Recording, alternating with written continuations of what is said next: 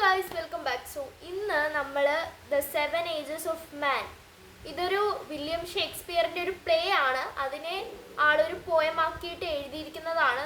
നോക്കിക്കോളാം. All the world is a stage. ആ ഒരു ലോകത്തിനെയാണ് ആളൊരു സ്റ്റേജ് ആക്കി കണക്കൂട്ടിയിരിക്കുന്നത്. And all the men and woman are the mainly players. എന്ന് വെച്ച് കഴിഞ്ഞാൽ എല്ലാ ആണും, അതായത് മെന്നും വുമണുമാണ് ആ ഒരു പ്ലേയിലെ actors. They have their exits and their entrances. അവർക്ക് അവരുടെ എൻട്രൻസും എക്സിറ്റും കൊണ്ട് ഉദ്ദേശിക്കുന്ന മരണത്തെയും ജനനത്തെയുമാണ്. അവർക്ക് മരണവും ഉണ്ടാവും ജനനവും ഉണ്ടാവും ഈ ഒരു പ്ലേയിൽ.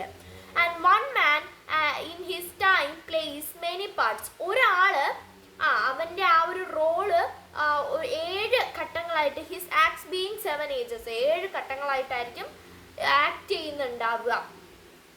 അറ്റ് ഫസ്റ്റ് ദ ഇൻഫൻറ്റ്, ആദ്യത്തത് ഇൻഫൻ്റ് ആണ്. ഇൻഫൻറ്റ് മീൻസ് ജനിച്ച് വീഴുന്ന ആ ഒരു time. Infant mewling and puking in the nurse's arms. ആ ഒരു 2 ലൈൻസ് മാത്രമേ ഇൻഫൻറ്റിനെ പറ്റിയിട്ട് പറയുന്നുള്ളൂ. പിന്നെ ആ പാരഗ്രാഫിൽ സ്കൂൾ ബോയ് അഥവാ ചൈൽഡ്ഹുഡിനെ പറ്റിയിട്ടാണ് പറയുന്നത്. അതായത് നമ്മൾ നേഴ്സിൻ്റെ കയ്യിൽ ഇങ്ങനെ ഒമിറ്റ് ചെയ്യുകയും കരയുകയും ഒക്കെ ചെയ്യുന്നു എന്നാണ്, ചുമക്കുകയും ഒക്കെ ചെയ്യുന്നു എന്നാണ് പറയുന്നത്. അടുത്തത് and then the whining school boy with his satchel. അടുത്തതായിട്ട് പറയുന്നത് ചൈൽഡ്ഹുഡിനെ പറ്റിയിട്ടാണ്. വിന്നിങ് എന്ന് വെച്ച് കഴിഞ്ഞാൽ നമ്മൾ ഈ ഒരു വലിയ താല്പര്യമൊന്നും ഇല്ലാതെ, ഇങ്ങനെ സ്കൂളിലൊന്നും പോകാൻ താല്പര്യമില്ലാതെ അങ്ങനെ ബാഗൊക്കെ തൂക്കി നിൽക്കുന്ന ഒരു കുട്ടി. And shining morning face creeping like snail unwillingly to school. അവനെന്താണ്, ഇങ്ങനെ മോർണിംഗ് ഫേസ് ആണ്, ഷൈനിങ് ആയിട്ടുള്ള മോർണിംഗ് ഫേസ് ആണ്. അതായത് രാവിലെ എണീക്കുമ്പോൾ ഉള്ളൊരു ഷൈൻ, അവൻ്റെ മുഖത്തൊരു ഷൈൻ ഉണ്ട്.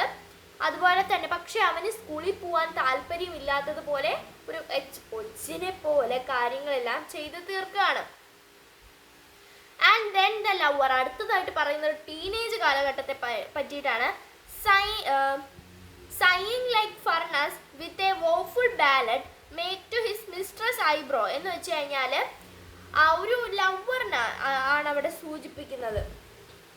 അടുത്തതായിട്ട് ടീനേജിനെ പറ്റി പറയാണ്. സൈനിങ് ലൈക്ക് ഫർണസ് എന്ന് വെച്ച് കഴിഞ്ഞാൽ പൊട്ടിത്തെറിക്കുന്ന തീക്കനൽ പോലെ, അല്ലെങ്കിൽ അങ്ങനെ ഒരു പൊട്ടിത്തെറിക്കുന്ന മനസ്സ്, അങ്ങനത്തെ ഒരു മീനിങ് ആണ്. വിത്ത് എ വോഫുൾ ബാലഡ് എന്ന് വെച്ച് കഴിഞ്ഞാൽ വോഫുൾ ബാലഡ് എന്ന് വെച്ച് കഴിഞ്ഞാൽ സാഡ് ലവ് സ്റ്റോറി എന്നാണ് അതിൻ്റെ അർത്ഥം. ലവ് സോങ് എന്നാണ് അതിൻ്റെ അർത്ഥം. അങ്ങനെ എഴുതുന്ന ഒരു sad love song. Made to his mistress eyebrow. അവൻ്റെ ഒരു അങ്ങനത്തെ ഒരു എന്താ പറയുക, ഒരു സാഡ് ലവ് സോങ് എഴുതുന്ന ഒരു ടീനേജ് കാലത്തിലുള്ളൊരു ലവർ, ആളെ പറ്റിയിട്ടാണ് ഇവിടെ പറയുന്നത്. അതിനെ ലവർ എന്ന് ഉദ്ദേശിക്കുന്നത് ടീനേജ് കാലഘട്ടം, അതാണ്.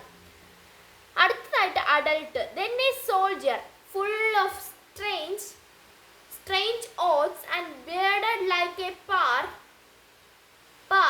jealous in honor, sudden and quick in quarrel, seeking the bubbled reputation even in the cannon's mouth. എന്ന് വെച്ച് കഴിഞ്ഞാൽ അടുത്തതായിട്ടൊരു സോൾജറിനെ പറ്റിയിട്ടാണ് ഇവിടെ പറയുന്നത്.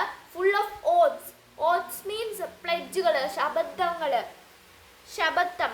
മൊത്തത്തിലൊരു എന്ന് വെച്ച് കഴിഞ്ഞാൽ ഒരു സോൾജർ എന്താണ്, ഇങ്ങനെ ഭയങ്കര യുദ്ധത്തിലും അതുപോലെ തന്നെ എന്താ അത്യാവശ്യം നല്ലൊരു എന്താണിപ്പോൾ പറയുക, അത്യാവശ്യം അയാൾക്ക് ബഹുമാനം കിട്ടുന്നു എന്നുള്ള ഒരു അഹങ്കാരത്തോടും കൂടിയിട്ടൊക്കെ വാഴുന്ന ഒരാളായിരിക്കും ഈ സോൾജർ എന്ന് പറയുന്നത്. അതിനെയാണ് ഇവിടെ അഡൾട്ട് എന്ന് ഉദ്ദേശിക്കുന്നത്. അടുത്തത് and then the justice in fair round belly with good cap on, lined with eyes severe and beard of formal cut, full of wise saws and modern instances, and so he plays his part. എന്ന് വെച്ച് കഴിഞ്ഞാൽ അടുത്തതായിട്ട് justice means ഒരു judge, അതായത് ഒരു middle age കാലഘട്ടം. അതിൻ്റെ അകത്ത് നല്ല കൊടവയറുണ്ടെന്നാണ്. ഫെയർ റൗണ്ട് ബെല്ലി, കൊടവയറുണ്ട്. എന്താണ് ആ കൊടവയർ വന്നത് എങ്ങനെയാണെന്നാണ് പറയുന്നത്. എങ്ങനെയാണ്, ക്യാപ്പോൺ മീൻസ് ചിക്കൻ എന്നാണ് അർത്ഥം. ചിക്കനൊക്കെ തിന്ന് അങ്ങനെയാണ് വന്നത്. ഐസ് സിവിയർ, ഐസ് കുറച്ച് കുഴിഞ്ഞിട്ടുള്ള ഐസാണ്.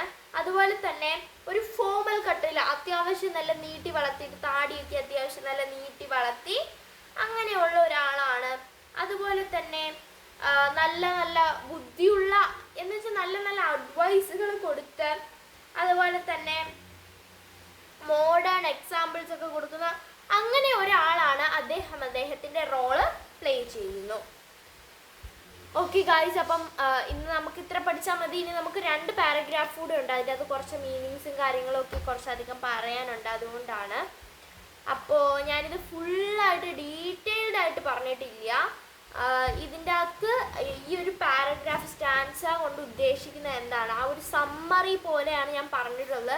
ഡീറ്റെയിൽഡ് ആയിട്ട് ഇതിൽ നിന്ന് ആഴ്ന്നിറങ്ങി ചിന്തിക്കാനാണെന്നുണ്ടെങ്കിൽ കുറേ സമയം എടുക്കും.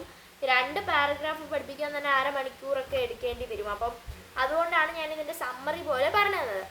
ഓക്കെ, അപ്പോൾ ഇന്നത്തെ വീഡിയോ ഇത്രയുള്ളൂ. എല്ലാവർക്കും ഇഷ്ടപ്പെട്ടിരിക്കുന്നു. ഇഷ്ടമാണ് subscribe, like, share and subscribe.